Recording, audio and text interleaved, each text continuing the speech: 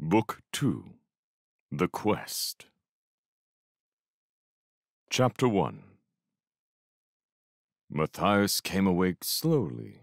He blinked, yawned, and stretched his body luxuriously.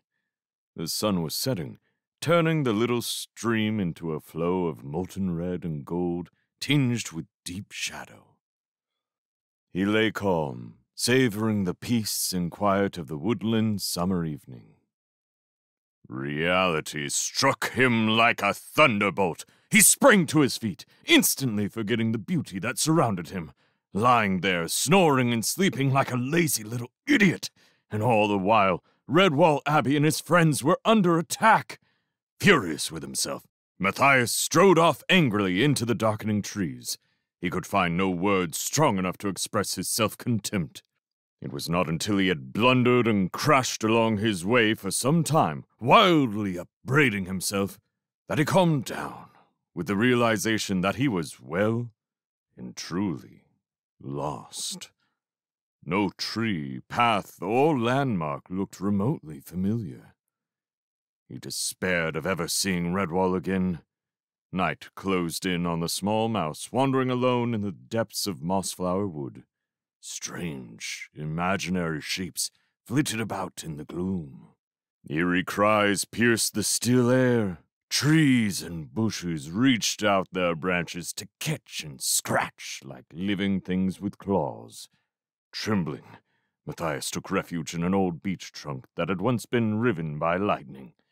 Gradually, he became critical of himself again. The great warrior. Frightened of the dark like a baby church mouse. From somewhere overhead, he heard a scratching noise. Summoning up all his courage, he banished his fears. Drawing Shadow's dagger, he stepped out into the open, calling aloud in what he hoped was a gruff voice. "Who's doing all that scratching and scraping? Come out and show yourself if you are a friend. But if it's a rat out there, then you'd best start running. Otherwise you'll have to deal with me, Matthias, a warrior of Redwall." Having spoken his piece, Matthias felt his confidence surge back. He stood tense and alert. However, he received no answer, save the mocking echo of his own voice ringing back at him through the dark woodlands. A slight noise at his back caused Matthias to wheel about with the dagger upraised. He found himself confronted by a baby red squirrel. It gazed up at him curiously, sucking noisily on its paw. Matthias practically dropped the dagger through laughing so much. So, this was the nameless terror that stalked the night. The tiny creature continued sucking its paw, shifting from foot to foot, its bushy tail curled up over the small back, higher than the tips of its ears. Matthias stooped, speaking gently for fear of frightening the infant. "Hello there. My name's Matthias. What's yours?" The baby squirrel continued sucking on its paw. "Do your mummy and daddy know you are out?" It nodded its head. "Are you lost, little one?" It shook its head. "Do you talk?" It shook its head.